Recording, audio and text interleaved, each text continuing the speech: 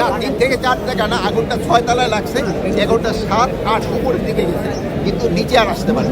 একটা 50 মিনিটের মধ্যে আগুন ধরে 6 তলায়, এবং আমাদের ফায়ার ব্রিগেডকে 1:52 মিনিটে খবর দেওয়া হয় এবং তারা 1:54 মিনিট থেকে তাদের কাজ শুরু করে এবং সকাল 8টায় আমাদের 8:05-এ আমাদের আগুন সম্পূর্ণ নিয়ন্ত্রণে আসে। এবং এই ঘটনায় আমাদের ফায়ার ফাইটার একজন শাহাদাত বরণ করেছেন, আল্লাহ তাকে বেহেশতে নসিব করুক। উনি হল রোড অ্যাক্সিডেন্টে মারা গেছে। উনি একটা পাইপ নিয়ে সচিবালয় থেকে রাস্তা পার হয়ে দিকে আসতেছিলেন, এই সময় একটা ট্রাক তাকে ধাক্কা দিয়ে তারা আহত করেন এবং পরে তারা হসপিটালে নেওয়ার পরে উনি ইন্তেকাল করেন।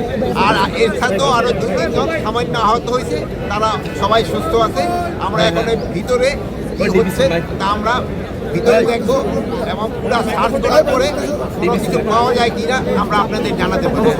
এটা কোনো নাশকতা মনে করছেন কিনা? তদন্ত কমিটি গঠন করে দিচ্ছি। ক্যাবিনেট সেক্রেটারি অলরেডি ইনস্ট্রাকশন দেওয়া হয়েছে, হোম সেক্রেটারি অলরেডি ইনস্ট্রাকশন দেওয়া হয়েছে, একটা তদন্ত কমিটি, হাই পাওয়ার একটা তদন্ত কমিটি করে দেওয়া হয়েছে। কোনো ষড়যন্ত্র বা নাশকতা মনে করছেন কিনা? ইনভেস্টিগেশনের আগে আমি তো বলতে পারবো না, ইনভেস্টিগেশনের পরে আপনাদের আমরা জানাবো। মাননীয় উপদেষ্টা, এইখানে যখন আগুন লেগে এখন তদন্ত কমিটি কত সদস্য, এটা 5 জন হতে পারে, 7 জন হতে পারে, 9 জন হতে পারে, 11 জন হতে পারে। এই মুহূর্তে তো আমরা পরে আপনারা আপনি জানাই দিন। মাননীয় উপদেষ্টা একটি সুরক্ষিত একটা জায়গায় এইভাবে আগুন, শোনেন, অ্যাক্সিডেন্ট তো সব জায়গায় হইতে পারে, এটা তো এই জন্য তো অ্যাক্সিডেন্ট বলা হয়। সচিবালয়েও হইতে পারে, তো এখন তো সচিবালয়ের ভিতরে তো গাড়ি রাখা হয় ফায়ার ব্রিগেডের গাড়ি।